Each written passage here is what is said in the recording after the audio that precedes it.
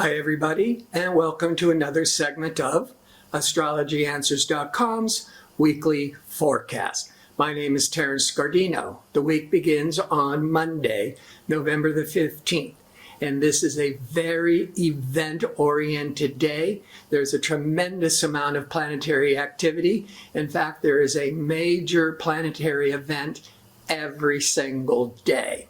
So, let's start with Monday.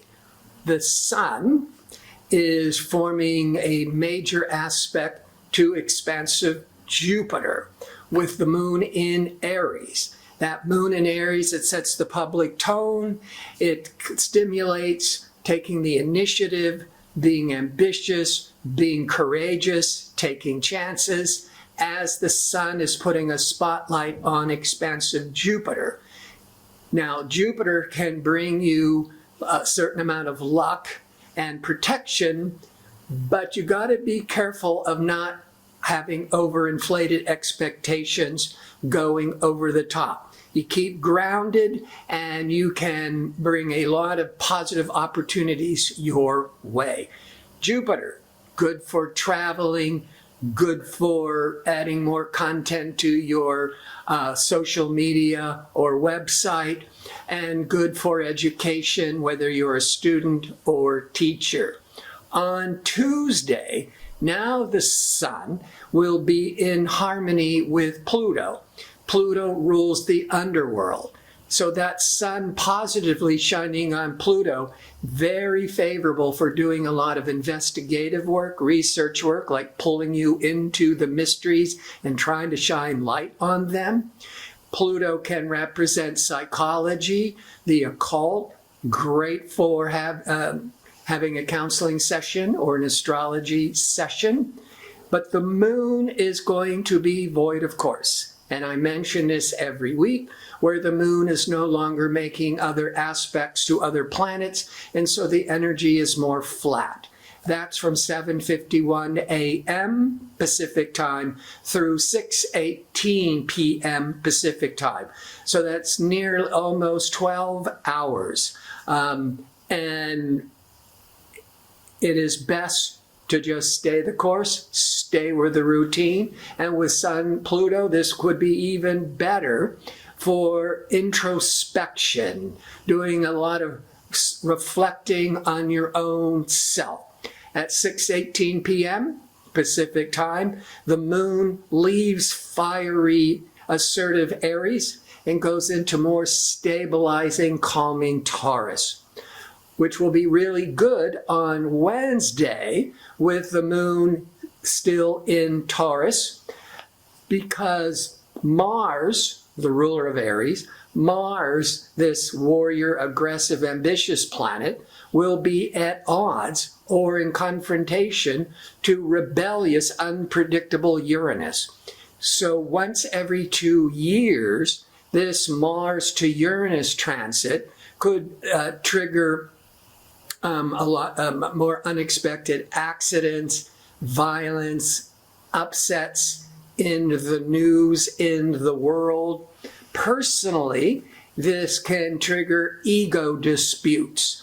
I'm right, you're wrong, and the two shall not find a compromise.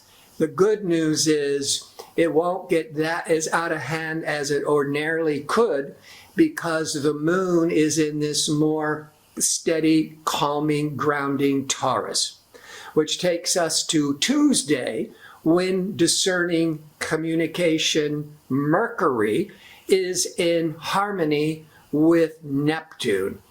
Mercury-Neptune is good for the imagination, good for empathy, good for trusting your intuition.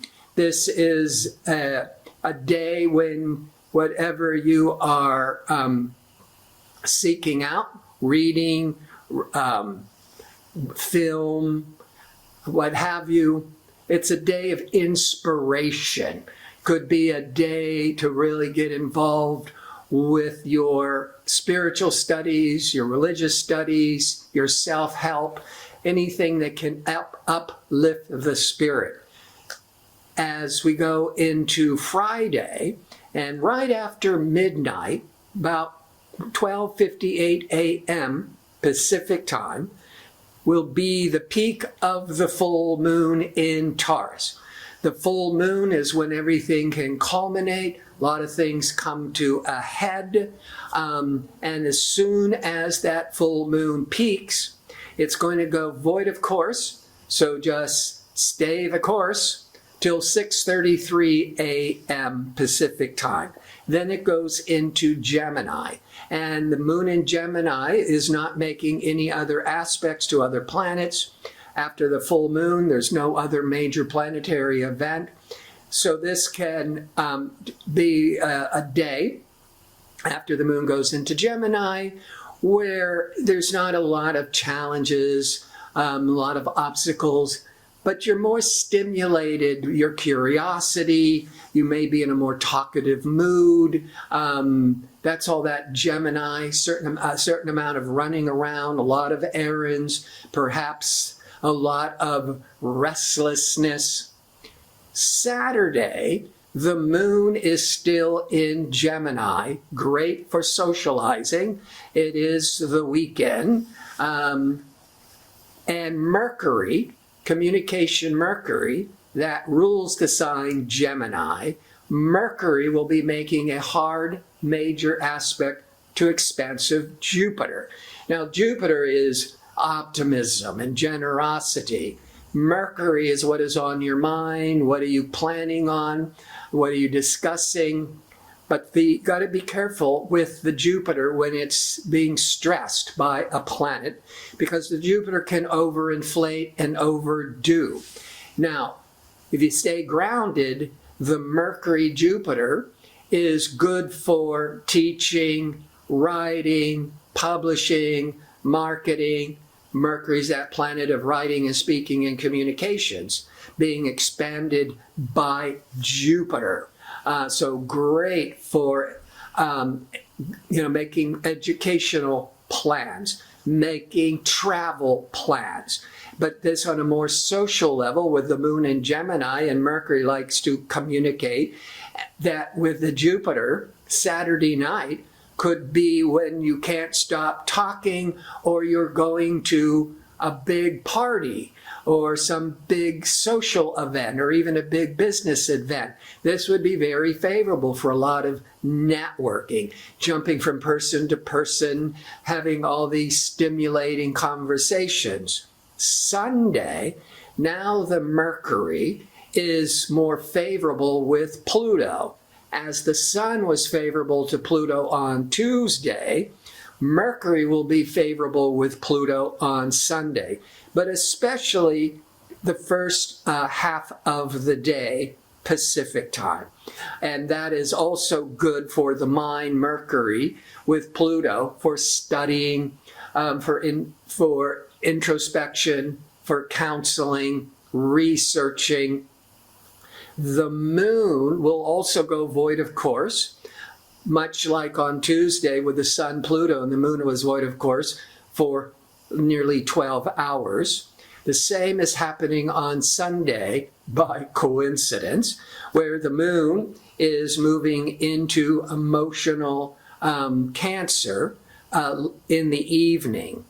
But from 7:52 a.m. Pacific time till 7:33 p.m. Pacific time, so nearly 12 hours, the moon is void of course. Being a Sunday, good day for resting, recharging your batteries, but also with Mercury, with Pluto, just kind of reflecting on your life, reflecting on the past, and maybe making a lot of plans about the next week, about the coming weeks, but with the moon void, of course, just reflecting on it, certainly not making any important decisions.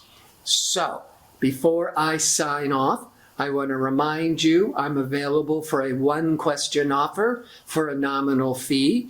To order it, go to the home page, astrologyanswers.com, look for the tab labeled Advisors, click on it, scroll down till you get to my name, and just follow the instructions. So, I want to thank you for tuning in. I hope to see you next week with my next segment. Until then, be safe and well.